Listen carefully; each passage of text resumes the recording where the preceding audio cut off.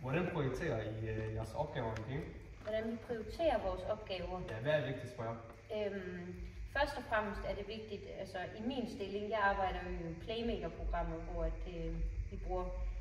hvor vi arbejder meget med vores frivillige. Og der er det er min stilling helt klart vigtigst, at vi prioriterer, at Playmakerne har det godt, og at de holder deres træninger.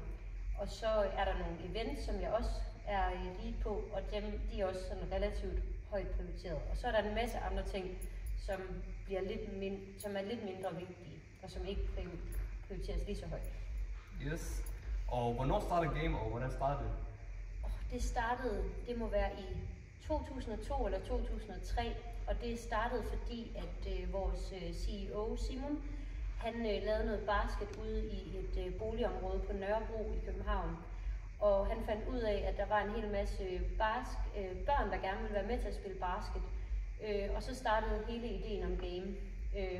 Det er lidt mere end 20 år siden. Ja, så jeg tror, det er 22 eller 23 år siden nu. Ja, det er ret lang siden. Hvad er formålet med game? Formålet med game, det er at skabe varige sociale ændringer igennem ungeledet gadeidræt. Yes. Hvorfor mener du, at game er blevet en succes? Jeres mål? Jeg tror, at game er en succes, fordi at vi arbejder meget med unge, og at unge får en stemme, og de er med til at drive game.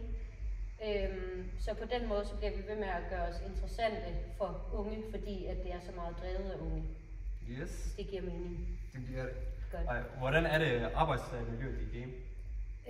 Det synes jeg er rigtig godt. Vi går rigtig meget op i at have en god balance mellem arbejdsliv og privatliv. Og så har vi også sådan et arbejdsmiljøudvalg, som arbejder meget for, at arbejdsmiljøet er rigtig godt. Yes. Hvordan stræber I for at få det bedste ud af arbejdsmiljøet? Vi prøver at være gode kollegaer over for hinanden, tror jeg. Det er vist det vigtigste. Og så støtte hinanden i, at nogle gange så er privatlivet vigtigere end arbejdet. Ja. Hvordan føler I, at game klarer sig i forhold til de stræber efter? Det synes jeg, vi klarer os rigtig godt i. Ja. Yes. Hvad for nogle krav har I, når I skal ansætte folk i game? Jeg tror, der er måske ikke altid, der er jo selvfølgelig nogle krav om, at man skal have en ren børneattest og sådan, sådan helt lovmæssigt, men ellers så tror jeg egentlig ikke, at der er sådan nogle stramme krav andet, end at vi ser gerne, at man har noget erfaring med unge eller med børn. Og så kan der jo være nogle visse stillinger, hvor det kunne være relevant at have en eller anden form for bestemt uddannelse, men ellers så tror jeg, at erfaring er det vigtigste. Yes. Og en nice personlighed er nok det allervigtigste. Selvfølgelig er det det. Hvordan skaber I et godt arbejdsmiljø for jeres medarbejdere? Er der nogle måder, I gør?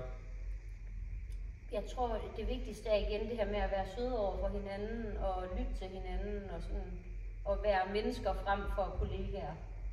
Yes. Ja. Hvor mange arbejdsstillinger er der i game? Det er et godt spørgsmål. Jeg tror måske, der er omkring 30 fuldtidsansatte, og så er der nok 50 deltidsstillinger. Men jeg ved ikke, måske også kun 30 deltidsstillinger, men der er i hvert fald ret mange. Ja, der er mange. Ja. Hvordan er arbejdsforholdene? Har I meget frihed? Ja, det vil jeg sige. Altså, det kommer nok også lidt an på, hvor man arbejder. Hvis man er deltid, eller hvis man er deltidsansat, for eksempel her i huset, hvor man er, JC, så skal man jo møde på et bestemt tidspunkt og gå på et bestemt tidspunkt, men så har man meget frie rammer i det, man laver. Og det tror jeg egentlig generelt, vi har. Og når man er fuldtidsansat, så kan man jo egentlig sådan, så har man meget sådan fleksibilitet i forhold til, hvornår man møder ind og hvornår man går. Yes.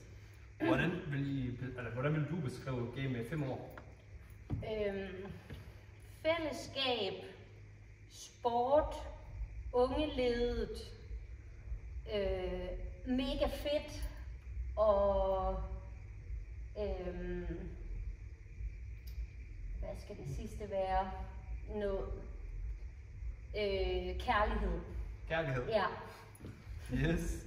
Og hvor mange har I ansatte her i game? I Viborg? Ja, i Viborg game. Der tror jeg, vi har 9 deltidsansatte og 1, 2, 3, 4 fuldtidsansatte og 1 praktikant. Yes. Ja. Sådan der. Var Tak.